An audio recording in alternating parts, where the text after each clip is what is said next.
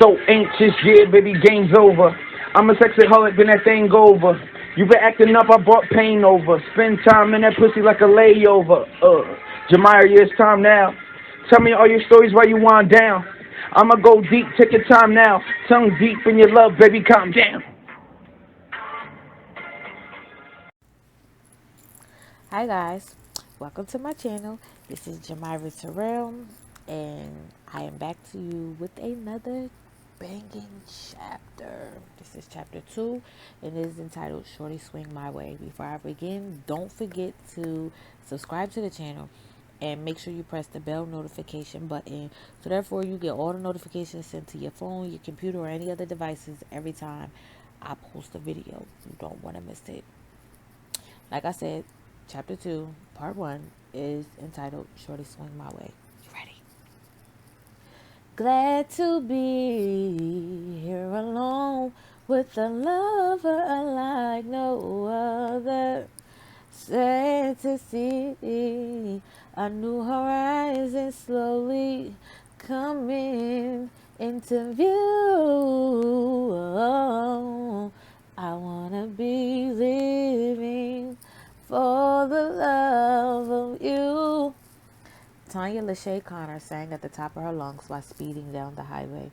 She was late picking up Nino, her fiance. Normally, Tanya was early, but today her schedule was thrown off after one of her close friends needed a long talk on a short couch, which always meant that she had to step in and be the free therapist. Nino was quite understanding when it came to Tanya, though, so he really wasn't going to be upset at all. Besides, her birthday was only a few days away, so she was kind of getting away with all types of shit. Tanya was turning 35, but didn't look a day over 21. Clear chocolate skin that one would be jealous of.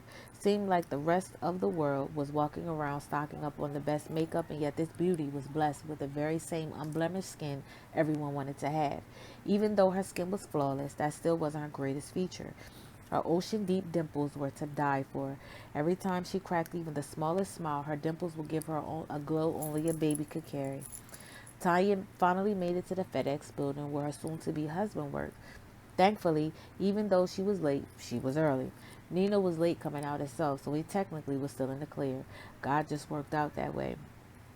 After 14 minutes of waiting in the parking lot, Nino made his way out of the side door and walked towards the car. Even though the two lovebirds lived in the same home, Tanya enjoyed seeing her man walk out of that very building every day. It was something about a working man that turned Tanya on to the max. Nino came a long way from being in the streets to turning his life around completely. Seeing him in a uniform daily made Tanya want to suck the skin off his dick. Like every other relationship, they started with many issues and problems, but after 10 years of knee-bleeding prayers, Nino changed into a completely different man. He was he was an amazing father to their 4 children, a great inspiration to his peers, and he dedicated his life to Tanya, promising her with never-ending love, laughter, motivation, and the only tears she would share would be happy tears. No man is perfect, but Nino tried every day to be as close to perfect as he possibly could. 6 years ago, he made a promise to God that he would handle one of his most precious angels with the deepest of care. So far, he was exceeding an A plus. Tanya met Nino in 2009 through her best friend. It was something like a blind date type of thing. If anybody would have told them back in the day that they would be here in 10 years, they both would have believed it. Believe it or not, they both knew that back in 2009 that they were made for each other. This is why it was so easy for Tanya to say yes when Nino asked her to marry him last month. Tanya couldn't think of anyone else in this huge world that she would want to spend the rest of her life with. Her mind, her body, and her soul had chosen him. Their souls were attached. Even the devil couldn't come between a love that strong. Trust me, he tried, but like always, true love always wins. Hey, Daddy. You so sexy, Tanya said to her 5'8", brown skin, dark brown hair, average built man. Nino didn't have the gym body, but he wasn't chunky either. He was actually the perfect build. And may I add, with a size 11 shoe? Oh yeah, Daddy was holding. And he knew how to take her to another universe each time. In the bedroom, he was nothing less than immaculate. Hey, beautiful, how was your day? He smiled and gave her a passionate kiss like he always did. It was okay. I only had one client today. You know Mr. Johnson. The old man that keep asking to see my titties. Wow, replied Tanya while they both shared a laugh. Tanya was a CNA as well as a hairdresser on the side. Since a little girl, working was all she knew. That was one of the reasons Nino fell in love with her in the first place, because she hustles just like a man. Tanya was the type of woman when a man asked her what she brought to the table, her reply would always be, "Nigga, I bought this table and I'm the one that sits at the head of it." "Oh yeah, to the old head, you need to back right on up. You are mine," he said, gripping her face and using his extra large lips to suck on her bottom lip. "Ooh, daddy, stop, please. I literally been wanting you all day," moaned Tanya. That was true. She had been craving for him all day, but it got so bad that on her way to work, she got stuck in traffic, so she reached inside the glove box and pulled out her bullet and bust a soft nut in the car. Have you now? We might have to do something about that when we get home. The kids got aftercare tonight, right? Yes, they do, replied Tanya, making her way into the house. They arrived to the house. Tanya unlocked the door and screamed, dropping her pocketbook. Tears came to her eyes and her heart melted instantly.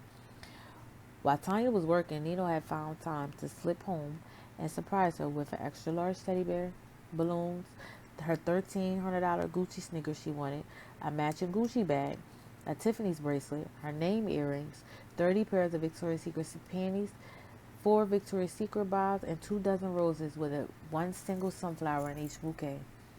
Oh my fucking gosh. When did you, how did you, baby, do you have any idea how much these damn sneakers cost? She screamed, still in awe. Yeah, he chuckled. I still got the receipt. Nina really didn't care about the price, though. Not when it came to her. She deserved way more than that. But what she didn't know was that that was just the beginning of the gifts. "Baby, my birthday isn't for another 2 days, though."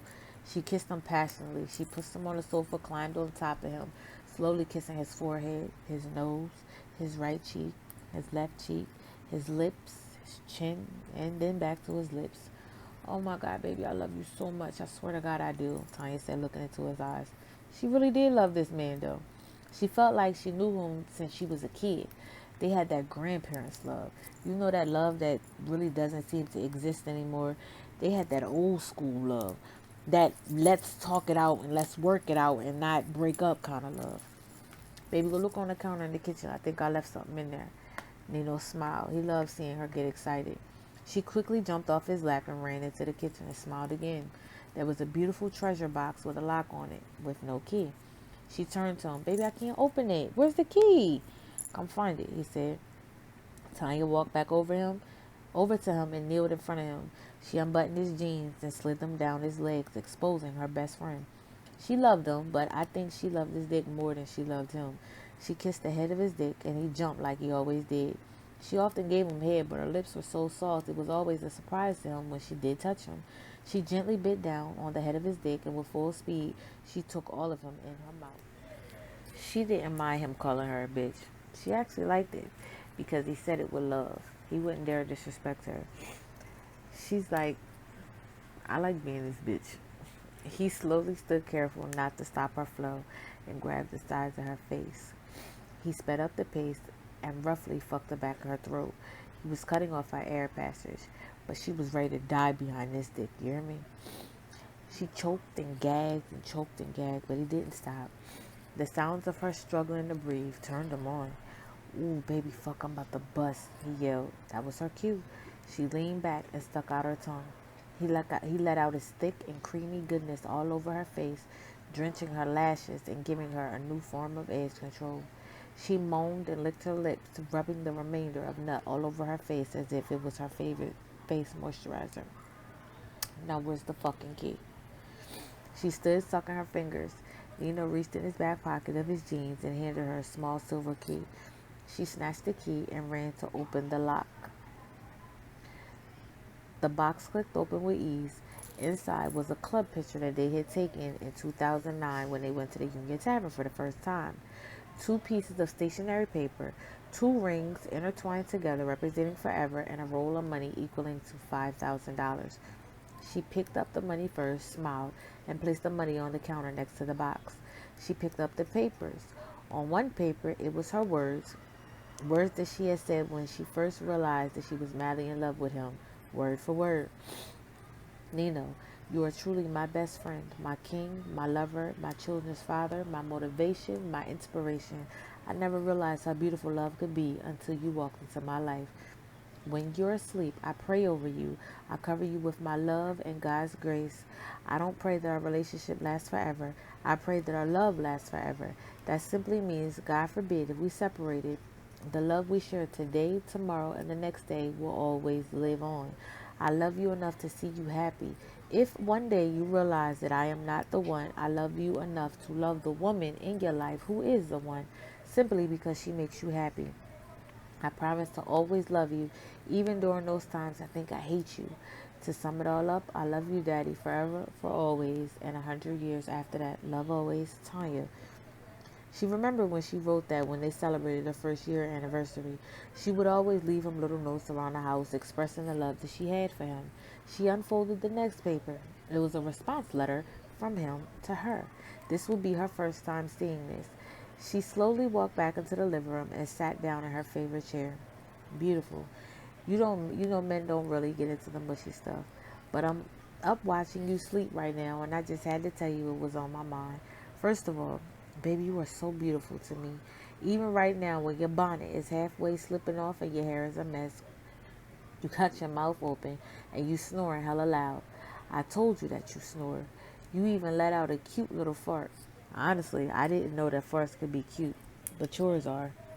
I just wanted to explain some things to you. The love I have for you is a different kind of love. It's pure. It's from God.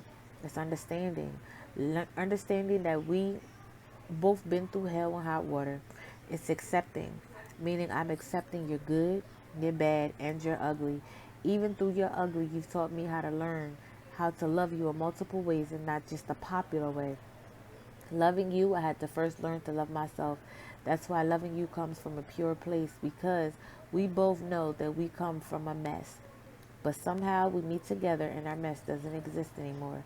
It's simply pure, almost like an untouched pure white color. It's healing. Sometimes people believe that the person who comes into their life is supposed to heal them. Wrong. I had to heal myself so then I could fully love you the way that a man is supposed to. You used to be a broken woman. It's over for that. Can you handle the way I love you? Are you ready for it? Because this love that I have for you, it runs deep, and I promise you never felt anything like this before. It's life changing.